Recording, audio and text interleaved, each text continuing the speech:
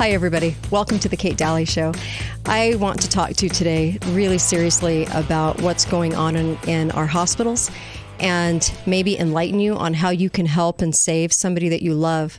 I just went through myself a pretty harrowing experience with my husband who had pneumonia, straight up old pneumonia. Can you imagine? And they turned it into COVID pneumonia.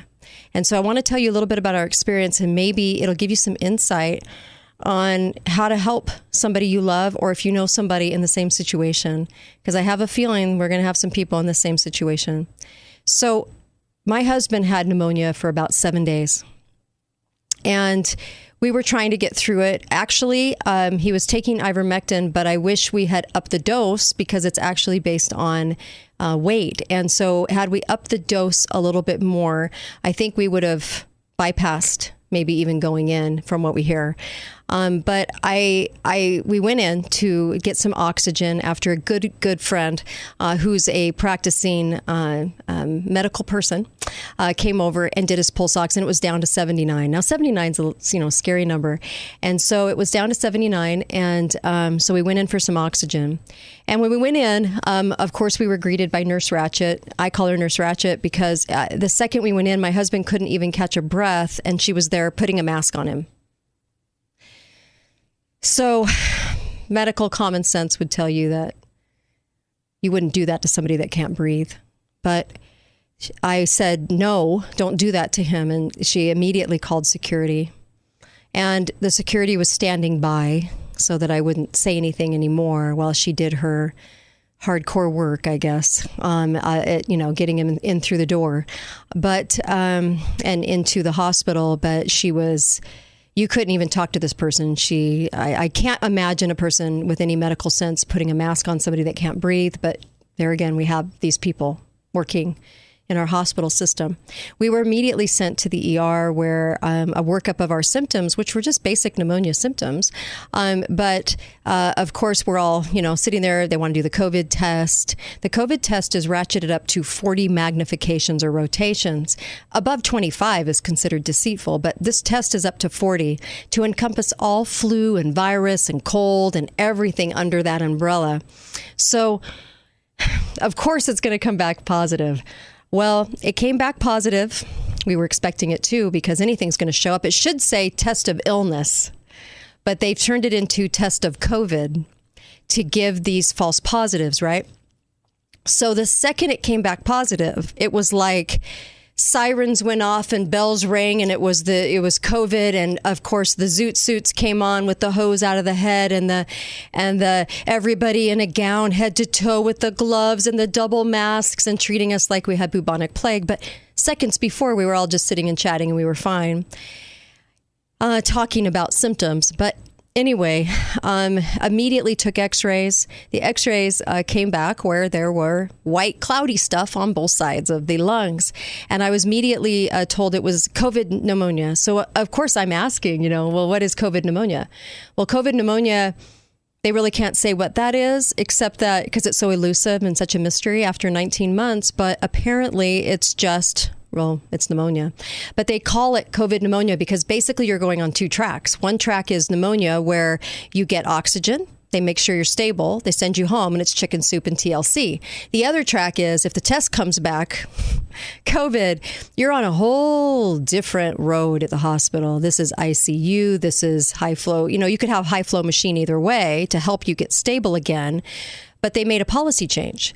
So it used to be where they put you on high flow if you were low enough. They put you on the high flow oxygen and you're in a regular hospital room. Well, nowadays, you're sent to ICU. So you're sent to ICU on where they tell you it's going to be 7 to 10 days. How do they know that? Crystal ball, I guess. So not 5 days, not 6 days, but 7 to 10. So you're there 7 to 10 days. And you're in ICU, and so they could be doing this on another floor in the hospital, but now they can say the ICUs are full, right? Because you got a lot of people that weren't there before. So now the ICU is overflowing. That's what you're going to keep hearing because of these policy changes, and they have a whole track of medicines and everything else. Well, when we were in the ER, we were told with a straight face that, hey, next step is ventilator. And I said, no, we don't do that.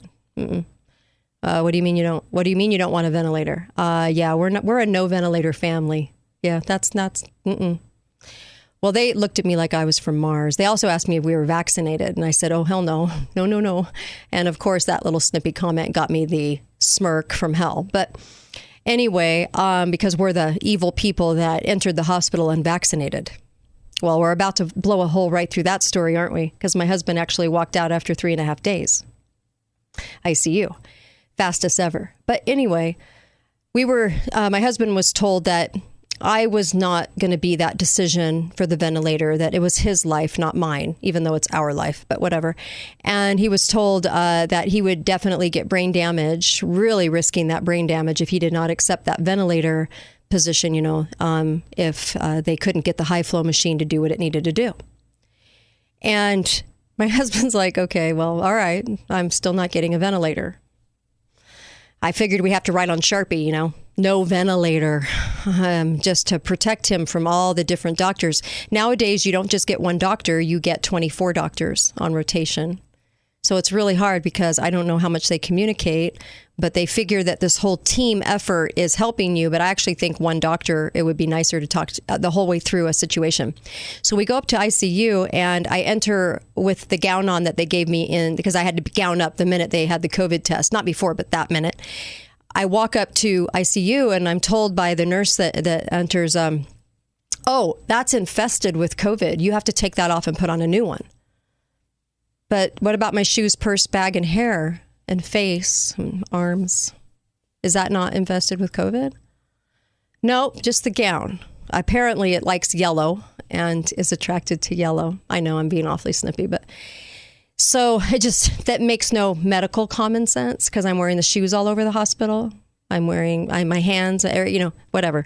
So it's the gown. So I have to keep switching the gown. And they had all these ridiculous protocols. I have to wear my immune system on my face because apparently I'm healthy, but my immune system on the inside doesn't work in the ICU. And this is told to me by medical professionals that all of a sudden my immune system kaput on me suddenly. And I have to get a suit on with a hose and the hazmat to visit my husband, who I just spent 7 days with and didn't get sick. I just spent 7 days with the man, in bed with the man who was sick and didn't get sick. But now apparently I got to wear the spacesuit from hell and the hazmat suit to visit my husband every time I want to say hi to him. And he can hardly hear me through the shields. Okay, so this was our situation. We get in and I have amazing doctors. And the only reason that we succeeded at this, I think, besides prayers and blessings, were the fact that I had amazing doctors to talk to who urged me right away to get him on intravenous high-dose vitamin C. This makes a big difference. It's not like, a lot of doctors will shame you and think you're silly and, oh, you're a vitamin girl, that kind of thing. But, oh, you want just like a little dissolvable, no, I want high-dose intravenous vitamin C because it's even known to kill cancer cells at high doses and help with nucleic acid and help with inflammation, which is pneumonia. And so, oh, by the way, the X-rays, when they did the X-rays were suspiciously like the 2017 pneumonia, 2006 pneumonia, 2000 pneumonia. So all pneumonia looks kind of like each other suspiciously. I think 3 years ago, it just would have been good old pneumonia, but today it's COVID pneumonia. I think there might be some big bucks associated with the COVID pneumonia, you think? So anyway, we're in ICU and I said, I want vitamin C, high intravenous. The doctors that I'm in contact with, the frontline doctors, are telling me get zinc, intravenous zinc, NaC, high doses of vitamin D, get everything to help him to combat the pneumonia. Well, they said it wasn't protocol. I said, well, it doesn't matter. I want it. And they said, well, it's not protocol. We don't do that. You don't give vitamins and nutrition to your ICU patients? Why? And the answer was, we don't do that. Not protocol. See, there's 341 pages sent by the CDC panel to tell the hospitals what to do for their protocol. And here's the bottom line for you. if you like me to get to the end of this before I explain the rest, it's not COVID that's killing people. It's the protocol. It's overtreatment.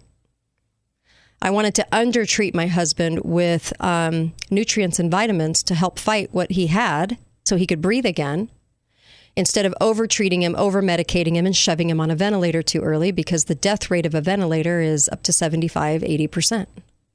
Death rate. That's really scary that they were talking ventilator from the minute I got in there. So finally, they told me they were going to do intravenous and then stuck him on 500, right? A dose of 500 is like what you'd give a child. It's like taking one of those little orange dissolvables. So I said no, and we had to stay on it. We had to stay on it. My daughters were great help. My daughters rocked in this too, and they knew exactly what was going on and what to ask for too, and are very well versed in all this. And honestly, good doctors, and my research for 19 solid months on this really helped him. And that's why I'm passing this along to you. You are the patient, you are the family of the patient, and you can ask for these things, and not only ask, but demand. We also asked for budenicide. Now, they came back with, we don't do budenicide. Why not?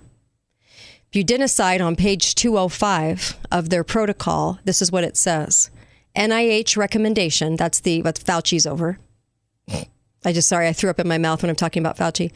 The NIH recommendation is there is insufficient evidence for the panel to recommend either for or against the use of inhaled budesonide. Budesonide came out a year ago. Dr. Richard Bartlett talked about it. He's a doctor in Texas, and he got shunned and shamed for mentioning budesonide. Now, budesonide is a steroid to go after the inflammation, whereas they want to put him on a steroid in the ICU that's antiviral.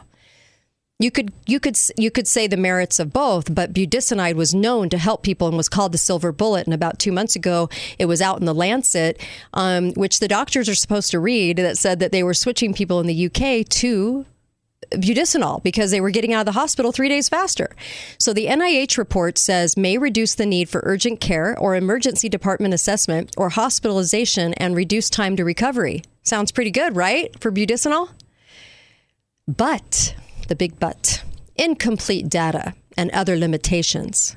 And they terminated the study because there weren't enough people in the study.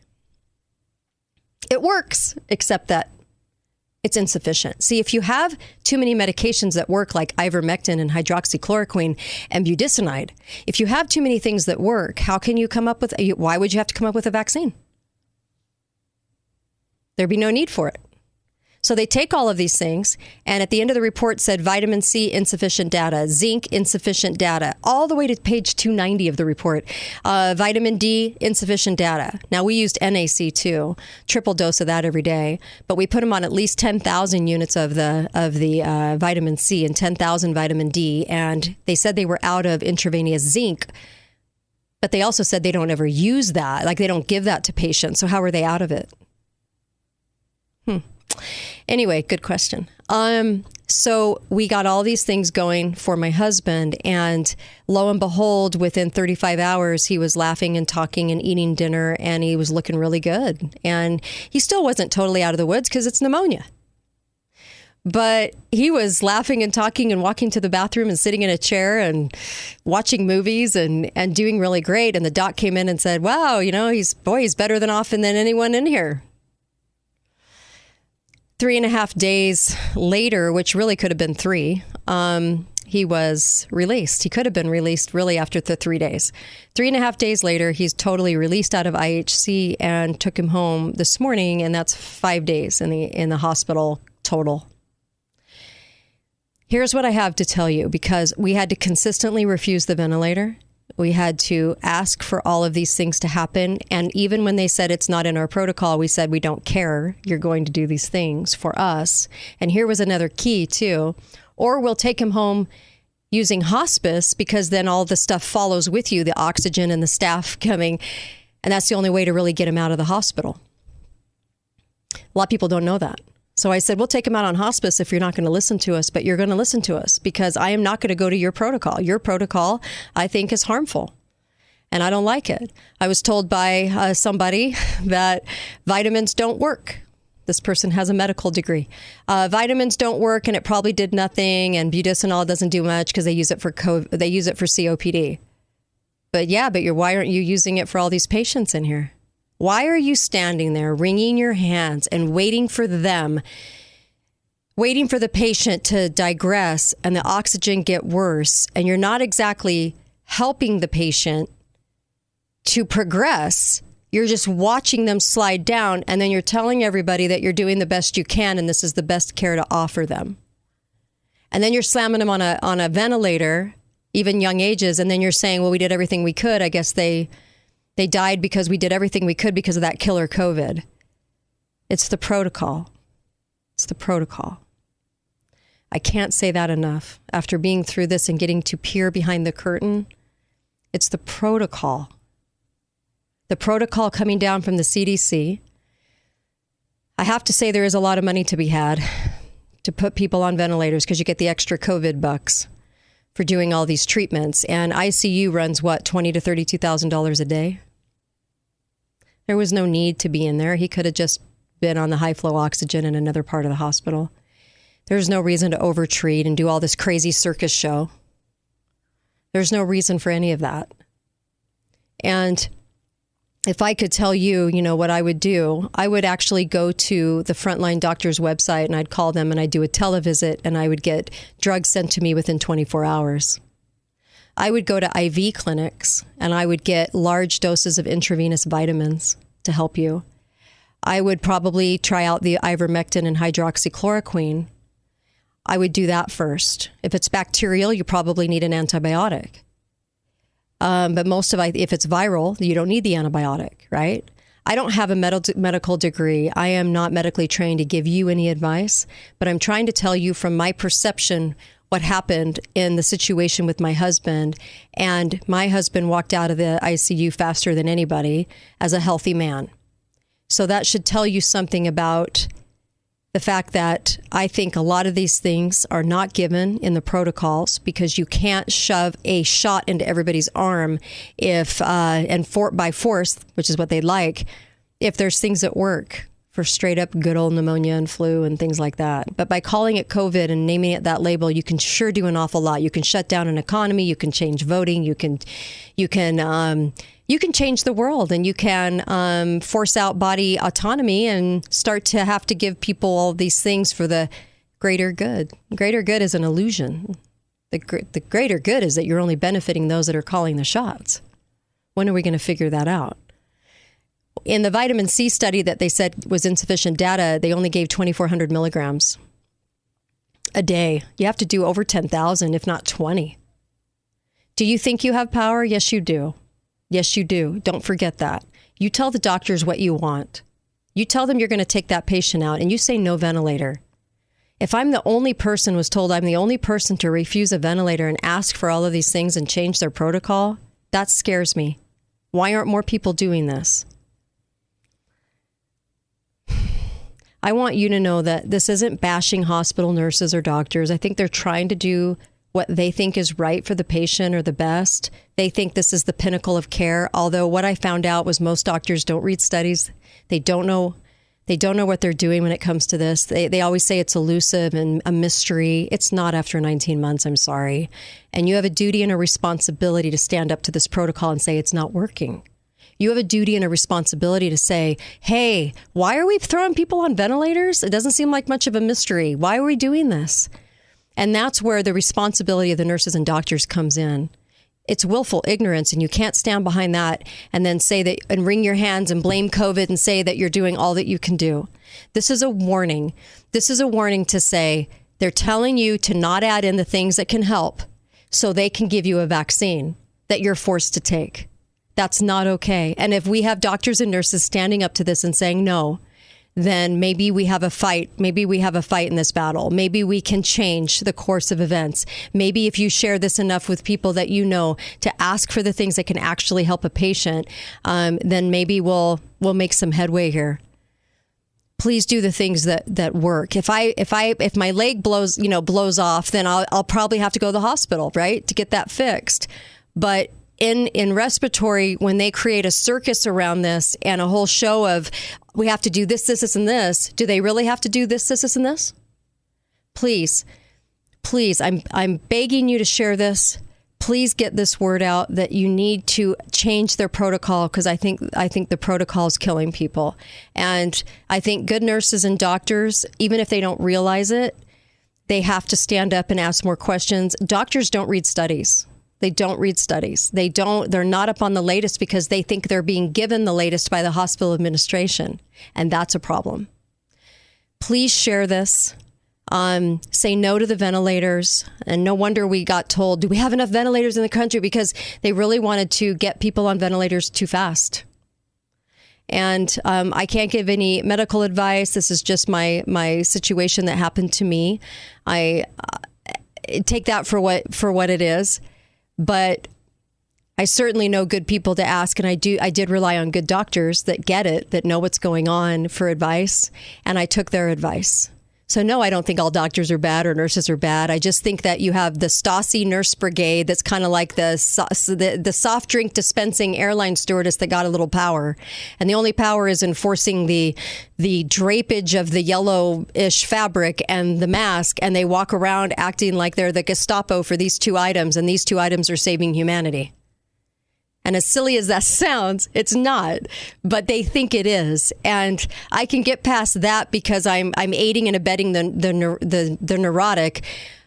But when it comes down to the actual care of these patients, we have to change the protocols and call them on it and expose them and shine some light on it. And I hope you all do that. This is the Keјt Dali Show, KeјtDaliRadio.com. I have 2 hours of podcast on this that explain it in more detail, and I sure hope you check those out. Thanks, you guys, and good luck with this. Thank you.